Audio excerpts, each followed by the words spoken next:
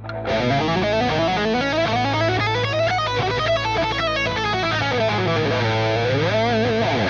John here. Here's lick of the day number 8. This one uses A Lydian and we're doing some legato and sweeps.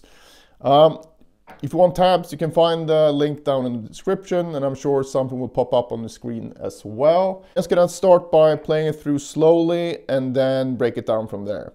So we started on the 5th fret of the low E string.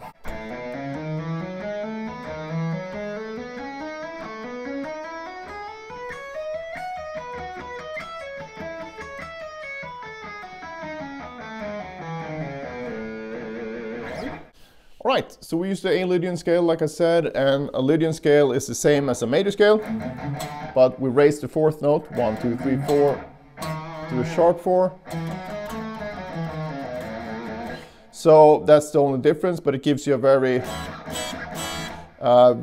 it's a bit brighter sound than the normal major scale. And I'm just going to show you the position we use here. So we start here by the 5th fret, and we're going to go 5, 7, 9, and then we got 6, 7, 9, 6, 7, 9, 6, 8, 9. Then we repeat that shape 1 octave higher, starting from the D string.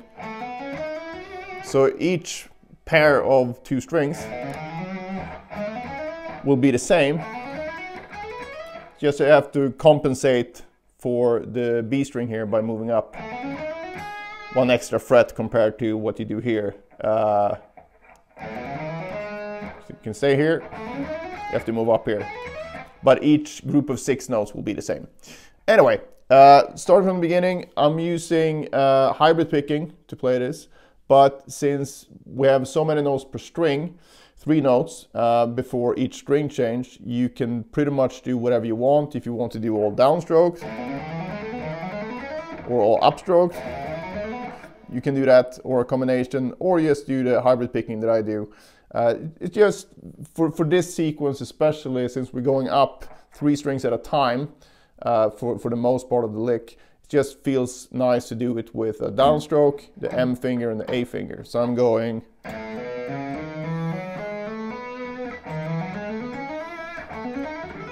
right, whoops. And you don't have to do that, but I'm trying to be really transparent and write out exactly what I did in the fast version, so you can check that out.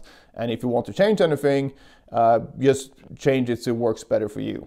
So that's the general idea here. All right, so like I said, the sequence is we go up 3 strings at a time. So we have the shape already.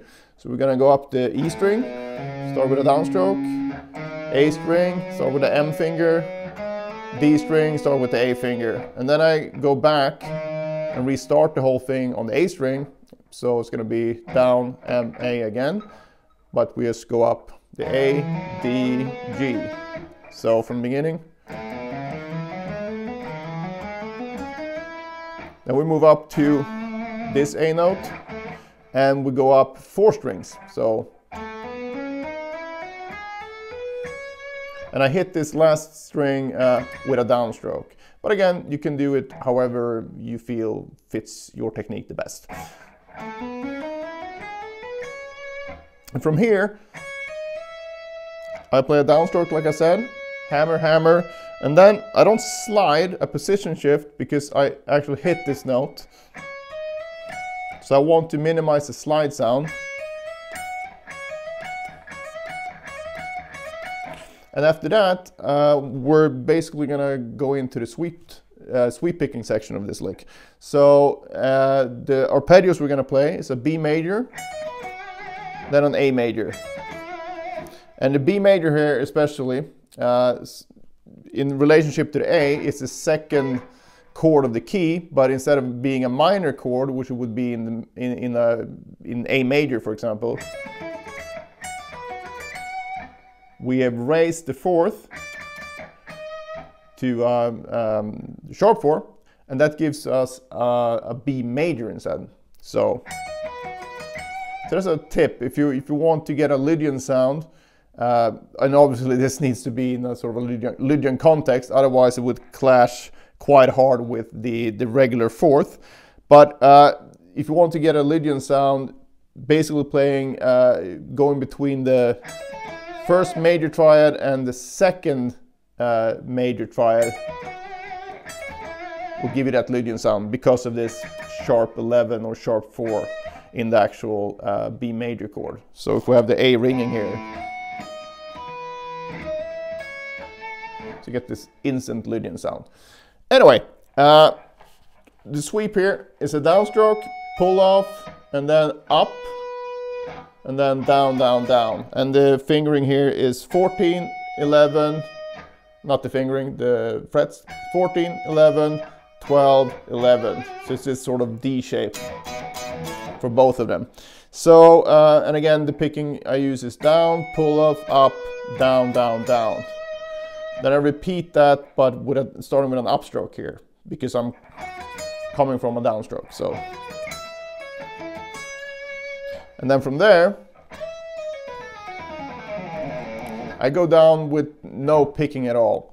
So that just means that I need to hammer the first note of each string with my pinky. But again, you don't need to do that excessively. Try to really just relax, and you'll find that it doesn't take much to get a good sound.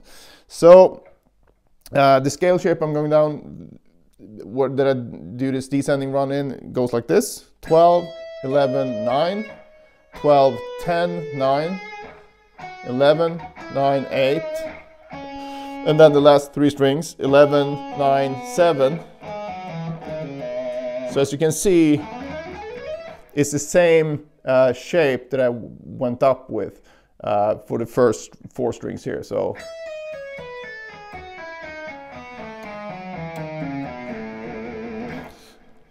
hopefully that's fairly easy to remember. And like I said, the last 3 strings here, same fingering.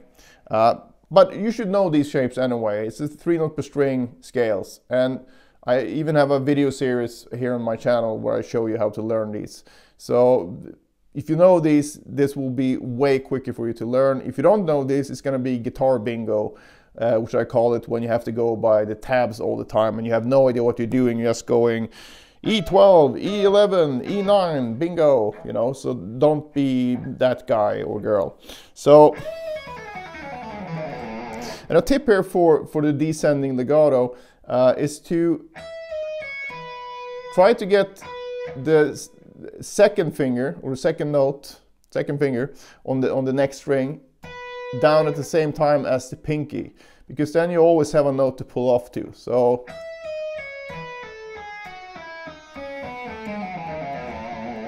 that's a thing that can really help you with the smoothness of going down. So I'm actually trying to get these 2 down at the same time, because when you speed it up, it just flows much better.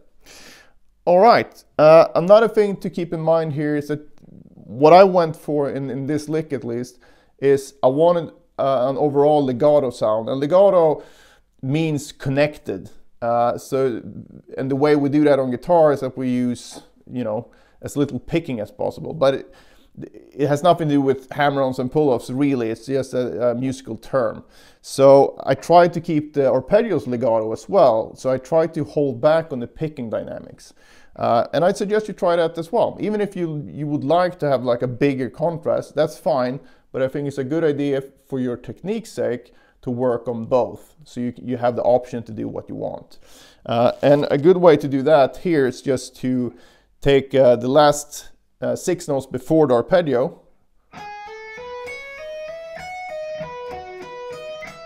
and go that far. So you basically go up 1, 2, 3, 4, 5, 6, 1, 2, 3, 4, 5, 6, 1. So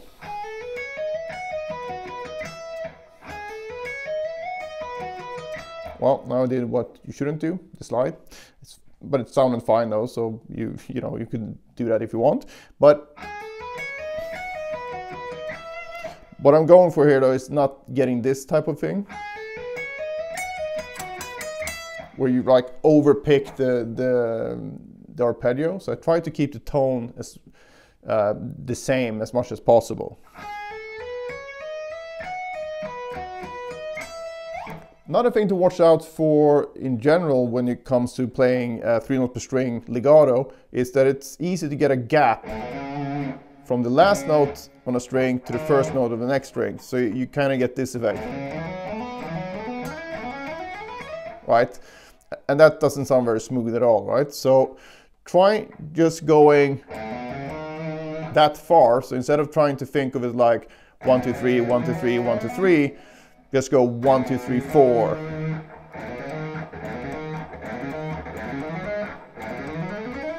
So you can get rid of that gap between the strings, and I think you'll find when you do that, you will have much more success playing the entire thing more smoothly.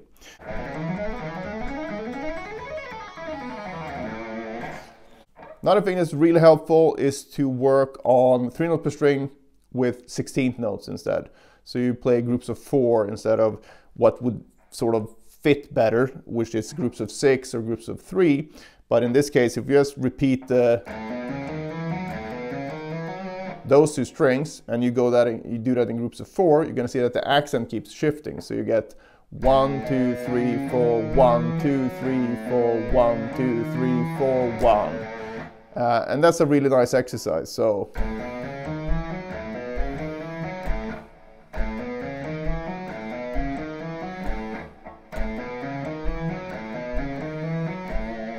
and you can expand that exercise by using a thing that I talked about before, the looping technique, where you start on each note of the patterns. Whenever you have a repeated pattern like this, 1, 2, 3, 4, 5, 6, 1, 2, 3, 4, 5, 6, 1, we technically have 6 different starting points. We can start from 1 and go to 1, or we can start from 2 and go to 2. So you go 2, 3, 4, 5, 6, 1, 2, 3, 4, 5, 6, 1, 2. Just doing that, even with 16-note triplets, will feel quite tricky for most of you. I know for myself, when I found this out, I had to work on it, but that really helped my legato technique a lot. And also I give this to pretty much any private student that I have, and they've all reported back the same thing, where it really helps their overall timing as well. So if you combine that with the 16th note approach, you can go like this. You have 1, 2, 3, 4, 1, 2, 3, 4, 1, 2, 3, 4, 1. So it takes you 2 times throughout the pattern before you're back on 1 here where you started. Do that a couple of times and you start on the 2nd note and do that. So you go 1, 2, 3, 4, 1, 2, 3, 4, 1, 2, 3, 4, 1.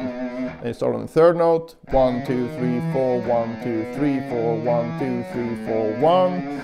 4th note, 1, 2, 3, 4, 1, 2, 3, 4, 1, 2, 3, 4, 1. The 5th note and the 6th note. And you go on from there. And obviously you want to do that descending as well.